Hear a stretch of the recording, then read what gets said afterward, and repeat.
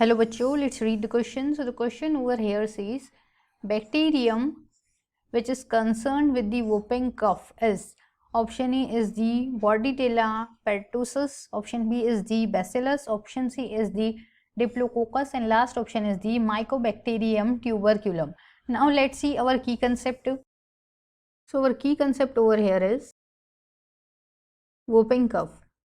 whooping cough जो है एक बैक्टीरियल डिजीज है and we have to identify that ये कौन से टाइप के बैक्टीरिया से डिजीज कॉज होता है.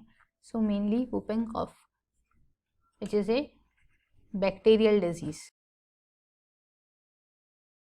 Now if we talk about the so whooping cough जो होता है मेनली इसको और क्या कहते हैं, it is also known as the pertussis.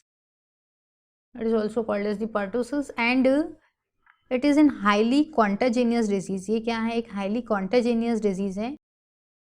It is a highly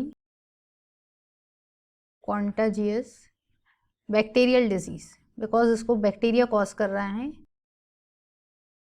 disease. Now if we talk about the causative agent, तो इसका जो कॉजेटिव एजेंट होता है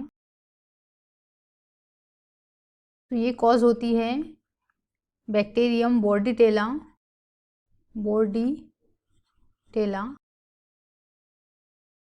pertussis. ये बैक्टीरिया कॉज करता है whooping cough पर्सन में, जिसको pertussis डिजीज भी कहते हैं.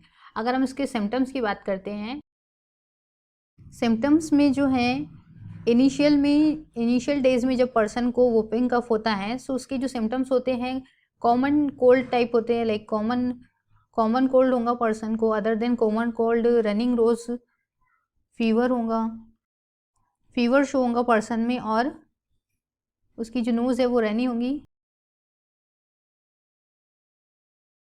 रनी नोज, और माइल्ड कफ रहेगा स्टार्टिंग में. अब ये जो डिजीज है ये चलती है लॉन्ग ड्यूरेशन के लिए, approximately for some week.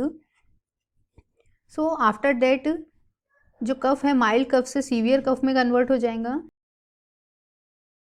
Severe coughing होगा पर्सन में और सीवियर कफिंग की वजह से जो पर्सन का जो वॉइस है उसका हाई पिच वूप साउंड में कन्वर्ट होगा.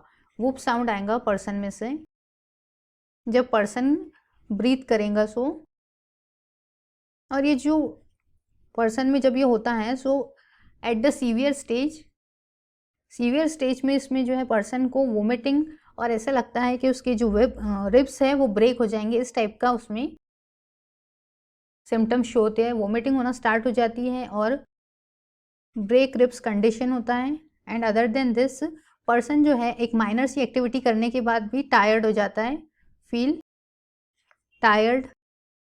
सो ये सब जो है ये है उसके सिम्टम्स whooping कफ के.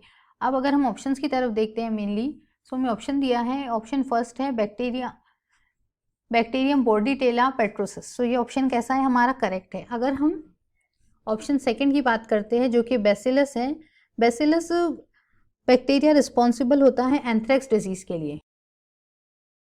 बेसिलस से कॉज होता है पर्सन में एंथ्रेक्स डिजीज. एंथ्रेक्स डिजीज जो है इसकी अगर हम बात करते हैं तो इसमें पर्सन को फीवर, फटीग होगा, then chest pain followed by rapid pulse होता है उसका और ब्रीथिंग में उसको प्रॉब्लम कॉज होता है. सो ये क्या है, रॉन्ग ऑप्शन है. इसका जो पॉजिटिव एजेंट है बेसिलस जो है एंथ्रेक्स डिजीज का मेनली पॉजिटिव एजेंट है. डिप्लोकोकस की अगर हम बात करते हैं सो इससे कॉज होता है निमोनिया पर्सन में, डिप्लोकोकस. सो ये कॉज करता है पर्सन में निमोनिया. डिप्लोकोकस इसकी डिफरेंट स्पेसिस होती है लाइक स्ट्रेप्टोकोकस, निमोनी, ये सब जो है निमोनिया कॉज करती है पर्टिकुलर पर्सन में. ना अगर हम लास्ट ऑप्शन की तरफ देखते हैं सो लास्ट ऑप्शन है हमारा माइकोबैक्टीरियम ट्यूबरक्लोसिस जो कि पर्सन में टीबी कॉज करता है. सो ये भी ऑप्शन हो गया हमारा रॉन्ग.